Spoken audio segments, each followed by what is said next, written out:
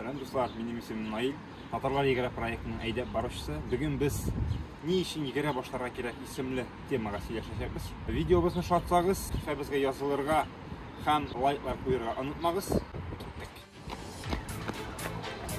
Ни өчен сезгә бүген егере башларга кирәк? Әгәр дә сәламәтлегегезне ныгытырга теләсәгез, даими рәвештә егере башлагыз. Бу шөгыль тәэминлегегезне камилләштерергә ярдәм итәчәк. Шул вакытта йөрәк һәм кан системаларын ныгытуга китерәчәк. Бу исә озакка сузылучан, ягъни хронический авырулардан саклаячак. Бүген егере башласагыз, инде берничә атнадан ук уңай үзгәрешләр күрәчәксез. Кайбер галимнәр фикеренчә, онкология барлыкка килүнең сәбәпләренең берсе кеше тәнендәге булган ялкынсыну, ягъни воспаление ныкталары. Бу ныкталарны без иммунитетны ныгытып җиңә алабыз. Йөгерү исә кешенең иммунитетын ныгыта һәм бу ялкынсыну, ягъни воспаление каршы көрәшергә ярдәм итә ала. Йөгерү ул үзе бер рухи дәва.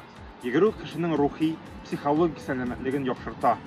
Һәр йөгергән саен кәефегез күтәреләчәк, үзегезне тыныч һәм рәхәт хис итәчәксез.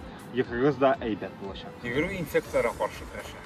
Кешенең иммунитеты түбән дәрәҗәдә булса, ул тиз арада салкын тидерә ала, яки төрле вирусларга дучар булырга мөмкин. Йөгерү исә макрофаг исемле күзәнәкләрнең, ягъни клеткаларның активлыгын үстерә. Әлеге күзәнәкләр бактерияларга һәм кешенең тәнендә булган шит инфекцияларга каршы көрәшә. Йөгерү сәламәт йөрәк чыганагы булып тора. Ни өчен?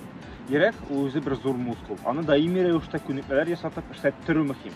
Даими рәвештә әкрен йөгерү кан басымын күтәрү мөмкинлеген, йөрәк һәм кан тамырларының авыруларын барлыкка килү шартларын шактый киметә ала. Йөгерү стресстан иң көчле даруларның берсе булып тора.